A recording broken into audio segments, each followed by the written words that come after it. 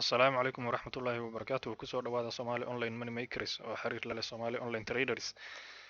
Waa isku tag dhalinyaro Soomaaliyeed oo ku kala sugan meelo kala duwan oo dunida ah, kuna hawlan sidii idinkugu soo gudbin lahaayeen qaabka internetka lacag looga sameeyo adigoo gurigaaga jooga si aad u sahlan. Haddaba haddaan hore usii galno, maanta waxaan rabnaa inaan sharaxaad idinka siino kooban qaabka looga gudbo waxaan ugu magacaawno isbaarada internetka. Sidaad ogtihiinba internetku waa mawjad aad u weyn, mararka qaarna dhib ayaad kala kulmi kartaa oo macluumaadkaaga ayaa waxay u gacan geli karaan dad aan wanaagsanayn. Hadhowna dadka waxay kugu samayn karaan inay macluumaadkaaga si khaldan u isticmaalaan, ama sidoo kale kaararka lagu adeegto ee credit cardska ama bangiyada caadiga ah haysataan macluumaadka ku qoran markay helaan laga yaabay lacagaha idinkugu jira inay idinka xadaan ama ay idinka isticmaalaan.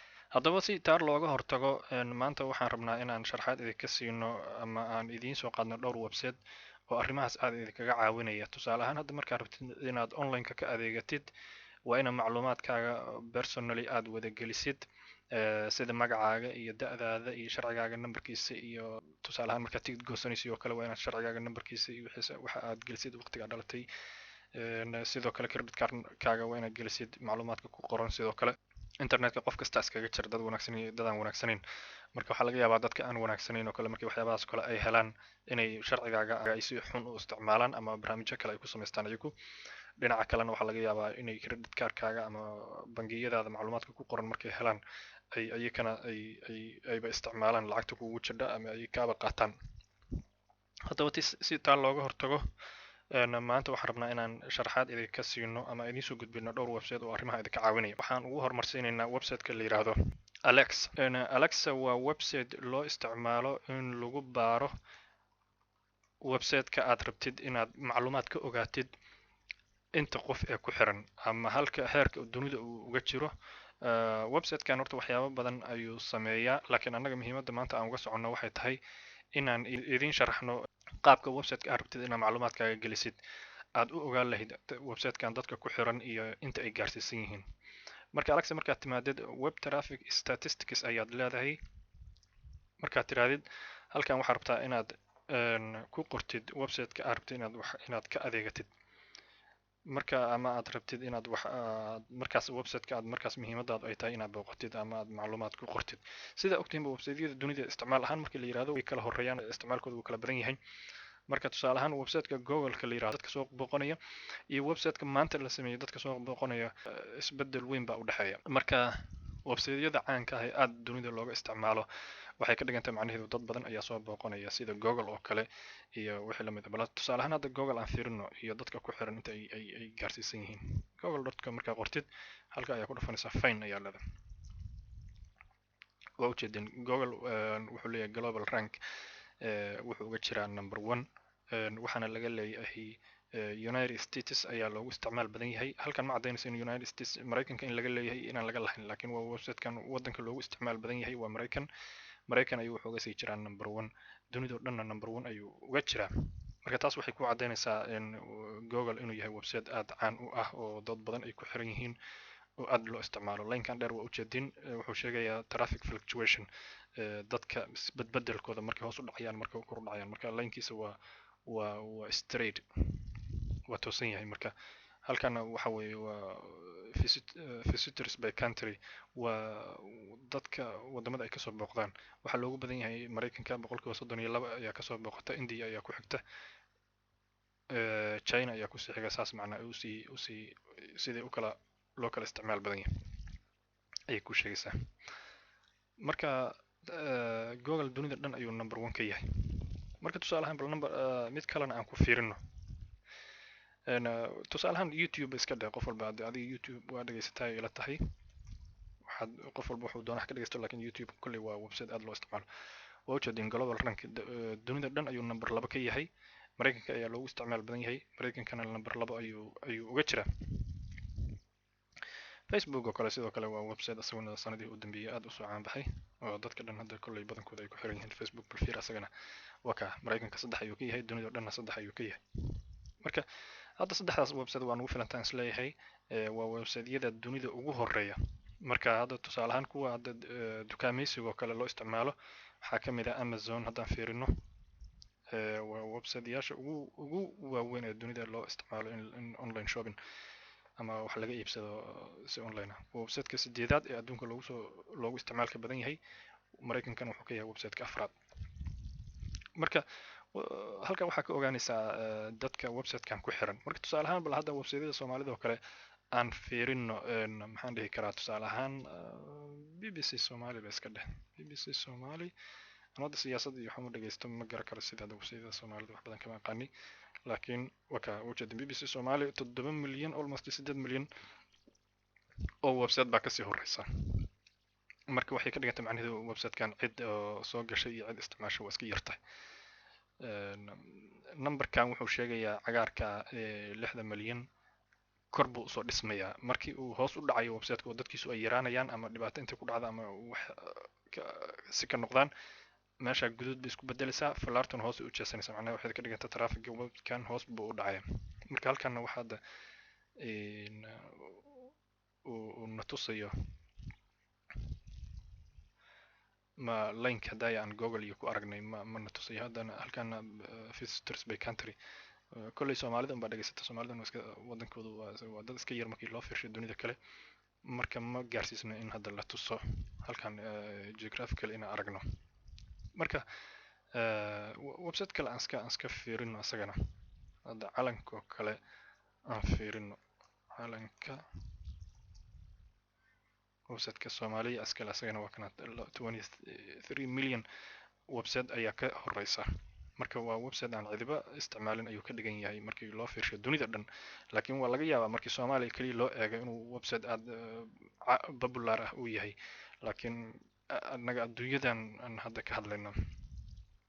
marka taasi waxay ahayd Alexa iyo sida loo isticmaalo. marka website-ka haddii uu ka badan yahay 10,000 oo visitorskiisa haddii ay ama traffic statistically haddii uu 10,000 dhaafsiisan yahay aniga kugulama tala bixiyeen inaad macluumaadkaaga aad gelisid.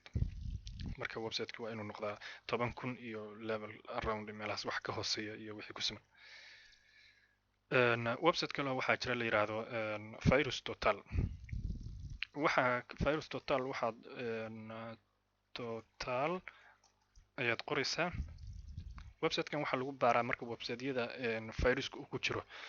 website-kan waxaa ku midoobay shirkadaha antivirusyada soo saara oo 100 iyo xoogaya mararka qaar. marka waxay ku xayeysiinayaan software-dooda lagula dagaalamo viruska ama virusyada kombiyuutarada gala iyo software-rada. marka website-yada qaar virusyay leeyihiin. markay virus leeyihiin macnaheedu waxay ka dhigan tahay macluumaadkaaga ay qabanayaan. kolley website kasta macluumaadkaaga wuu qabanayaa wuuna kaydsanayaa, laakiin waxa kala duwan qaabka loo kaydsanayo. kuwa waxay u isticmaalayaan inay customer feedback ama ay sida ay waxyaabahooda ama service-kooda ama product-kooda ku horumarin lahaayeen oo kale wax la xiriira ay u kaydsanayaan. kuwana waxay u kaydsanayaan si ama tuugnimo ku jirto ama inay wax ku phishing ama ku sameeyaan ama wax ka yani macluumaadka dadka ay si xun u isticmaalaan. marka website-ka Virus Total timaadid meesha hadda file markii wixii file ah computer-ku ugu jiro weeye sawir ama document ama wax, laakiin anaga URL baa undan leenahay. marka hadda tusaale ahaan waxaan leenahay Google ma leeyahay virus. marka kolley Google website scan ayaa leedahay. marka waqtiga hadda aad gasho kuu sheegayaa. marka waxaa leedahay view last analyze hadda iska tiraahdeed oo kale. sida ujeediin Google ayaan gelinay waxba detection ratio 65 shirkadood baa hadda software-kooda ku jira meeshan. marka 65 waxay isku raacsan yihiin website-kan inuu clear site yahay oo wax virus aanu lahayn. falaartan markay dhinaca cagaarka u jiifto oo ilaa hadda geeska u dambeeyay gaarsiistaa macnaheedu waxay ka dhigan tahay waa zero threat. waxba hadda dhibaa website-kan ama virus ma laha. marka haddii falaartan xagga usoo qaloocanto website-kan waa lagu jiraa. kolley tiradana way isbedeli doontaa. ana hadda baan idin tuso website kaloo asaguna wax ku jiraan. kaas wuxuu ahaa Google. website-ka doonta iska geli kartaa URL ayaa leedahay. marka tusaale ahaan website hadda aniga aan aqaano ayaan gelinaya qolo Soomaaliya ay leeyihiin. marka waan qarinayaa url-kiisa because hadhow Soomaalidu waa iskaga qabsanayaan hadday rabaan. marka hadday qabsadaan kulleys waa ku kala bixi doonaa. marka sidii oo kale ayaa leedahay waa ka website-ka fallaadhay way dhexday timid. website-kan horaan uu ogaaday inuu leeyahay. marka 3 shirkadood ayaa waxay isku raaceen inuu website-kan PhishInsider uu yahay. PhishInsider wuxuu ka dhigan yahay macnaha waa virus baa ku jira oo haddii ay macluumaadkaaga helaan waxaa laga yaabaa inay wax ka qaldaan. marka kaasina wuxuu ahaa sharxad ku saabsan virus total iyo sida loo isticmaalo. website kale oo waxaa jira la yiraahdo scam advisor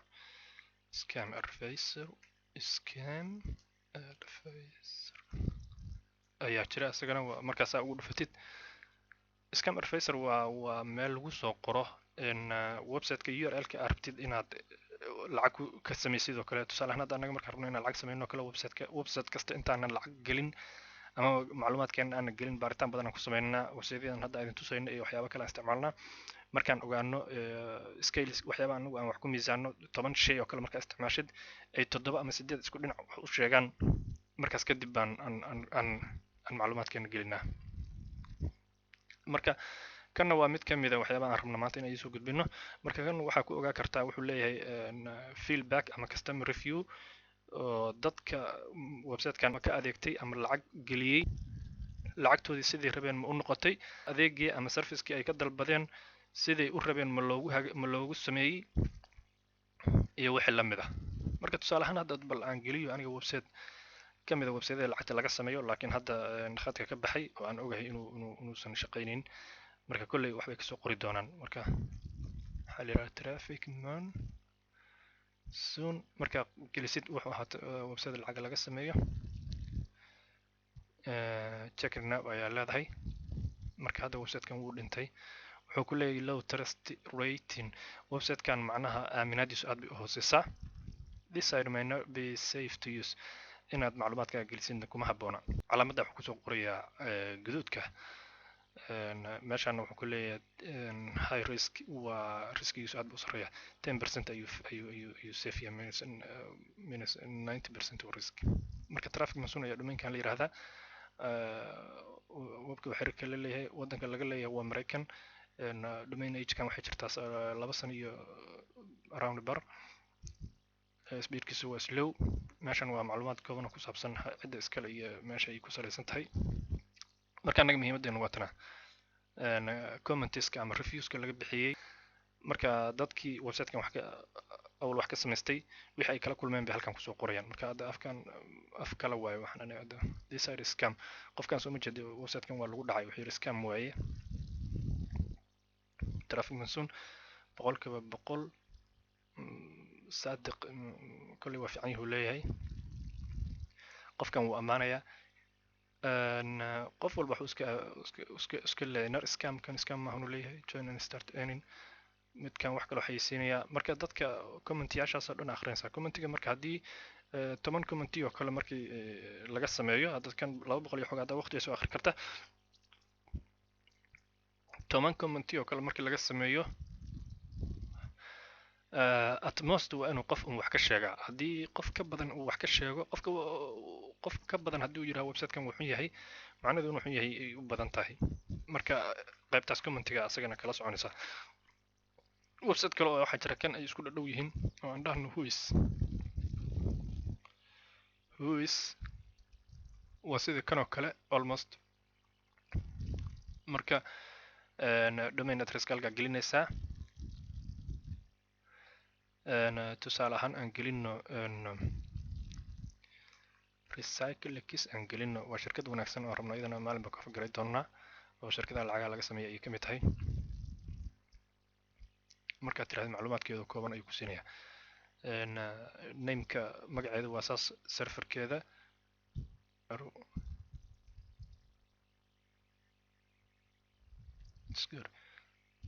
waa ka url-keeda waxyaabahaas oo dhan ku siinaya.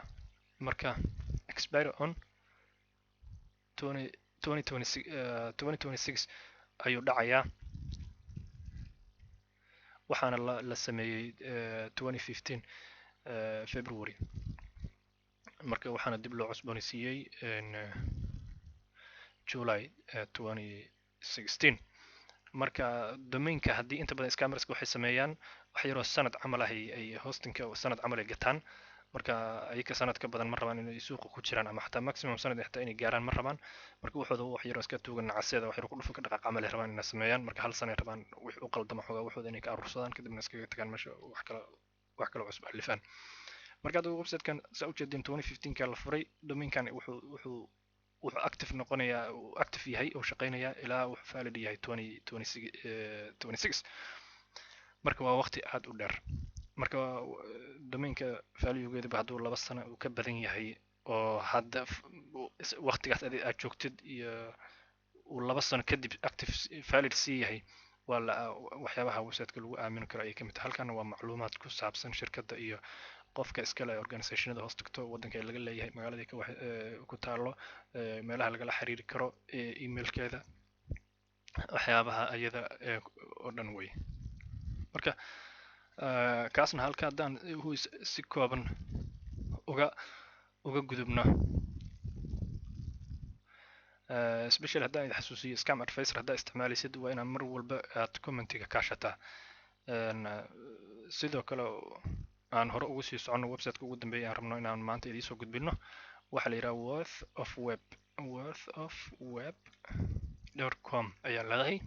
kan wuxuu ku sheegayaa value-ga ama qiimaha website-kan uu leeyahay. marka shirkadaha waaweyn ee lacagaha leh lacagtooda intay gaarsiisan tahay iyo shirkadda lacagta yar lacagteedu intay la eg tahay, marka website-ka haddii value-giisu uu aad u hooseeyo macnaheedu waxay ka dhigan tahay xoogaa, tusaale ahaan website baa wuxuu soo qortay inuu shirkad baa soo qortay investment company inay tahay, markaa gelisayna meeshii waxaa ugu jirta wax yaroo kumanaana, marka taa waxa investment maahan aday ku khaldayaan. marka dadkan waxay dhahaan figures don't lie, macnaha xisaabtu been sheegi mayso, 6-9 ma noqonayso. marka website-kan waxaa lagu ogaanayaa value-ga shirkadda. isla shirkadda hadda ayaba aan ku celino Recyclix haddaan dhahno, waxaad leedahay lacagta ay haysato shirkaddan meeqay gaarsiisan tahay. marka waa kaasaa Recyclix meeqay u dhigantaa, $7 million ayay haysataa, waa lacag aad u badan. marka halkana website-kan meeqa ayuu samey karaa maalinkii 15,000, bishiina almost 475,000. marka 7 million waa lacag badan oo la aamini karo haddii qofka shirkadda saas oo kale soo qorata lacagtaada waad u aamini kartaa. laakiin haddii 5 million ay ka hooseyso waxba ku darsanin. marka aan hore uga sii socono. sidoo kale haddaan halkaas kaga soo koobno ama hal shayba aan kugu daro, meesha hadda Recyclix ay 7 million ka haysatay, kan muxuu ka haysan karaa marka. aan fiirino mid kale oo asagana aan garanayo. kii hore baan kusoo celino Traffic Monsoon marka trafficmonsoon.com meequu lacagtiisu gaarsiisan yahay. marka Traffic Monsoon waa kana 6k waa 6,148 lacag. marka kaasoo kale lacag kuma darsan kartid, almost wax yaroo maalmo yaraa hosting ay haysteen sameeyeen way, waxa usii naf badan ma. marka macluumaadkaas iyo waxyaabo kale oo lamid waxaa kaloo sidoo kale kaasha kartiin. halkaas ayaan ku joojinaynaa sharaxaadda maanta. waxaa kaasha kartiin Google review ayaad kaasha kartiin, YouTube-ka sidoo kale waa kaasha kartiin, especially qaybta commentiga YouTube-ka aad ula socda. sidoo kale labadii website ee Whois iyo Scam Advisor-na sidoo kale ula socda. Google review-ga sidoo kale aad u baara asagana. YouTube-ka scammerska haddii video soo geliyaan inta badan commentiga disable ay ka dhigaan. marka video-ga hadduu qaybta commentigu disable u yahay, there's red line, waxbaa ku jira meeshaas. marka macnaheedu kama dhigna video kasta oo commentiga disable laga dhigay wuu xun yahay, laakiin 90% haddii videoga laga dhigo comment disable waa dhib jira wey. marka kolley caawinaad toos ah jirta oo WhatsApp group iyo Facebook page baa jira. waxyaaba linkiyada website-yadan hoos aan idiin soo dhigi doonaa. marka sidaa ku baara. aad baa u mahadsantihiin. waa Somali Online Money Makers iyo Somali Online Traders oo mar kale idiin mahad celinaysa sidaad u daawateen. asalaamu calaykum waraxmatullaahi wabarakaatu.